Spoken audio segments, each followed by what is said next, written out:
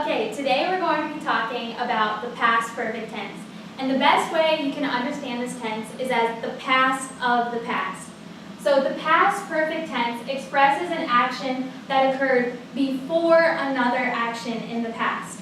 So, for example, before I ate dessert, I had eaten dinner. So I ate dessert. That happened in the past. But even before that event, I had eaten dinner.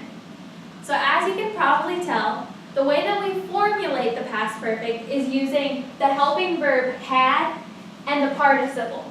So most of the time, the participle is going to be formed using the past simple. For example, I jumped.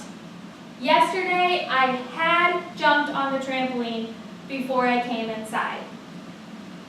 So when a verb doesn't fit this structure, we call it an irregular verb. If you look at your handout, I've given you a list of irregular verbs. So for example, the first verb, do. Today, I do my homework. Yesterday, I did my homework.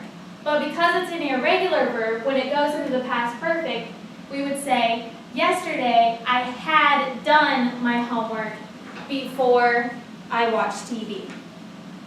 So for those of you that are more familiar with Spanish, the past perfect functions exactly like the pluscuamperfecto in Spanish. So thinking back to the earlier example, before I ate dessert, I had eaten dinner. In Spanish, antes de comer postre, yo había cenado.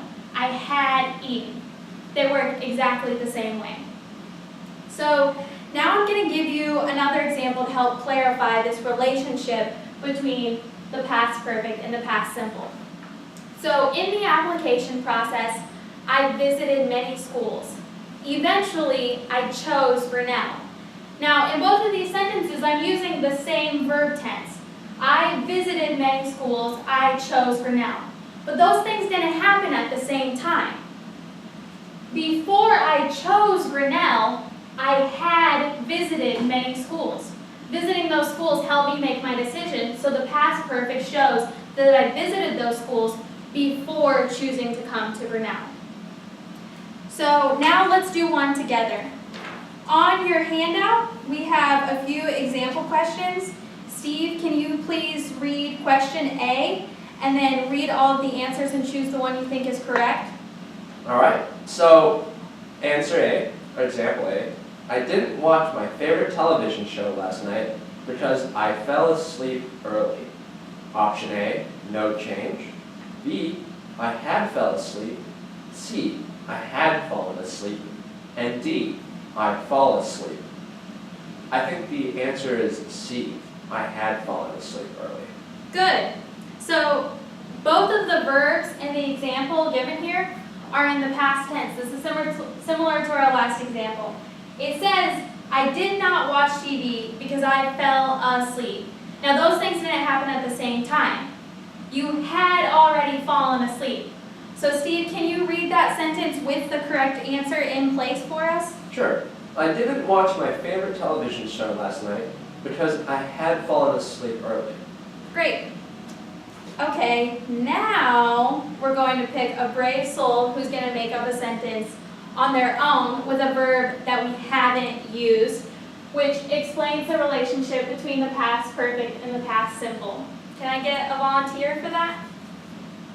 Ellen? So would it be like, that question was easy for Steve because he had studied before class?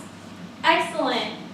The question was easy because he had studied. What happened in the past was easy because of something that had happened even before that past tense.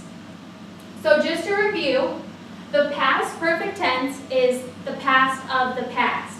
It's formed using had plus the participle, and it expresses an action that occurred before another action in the past.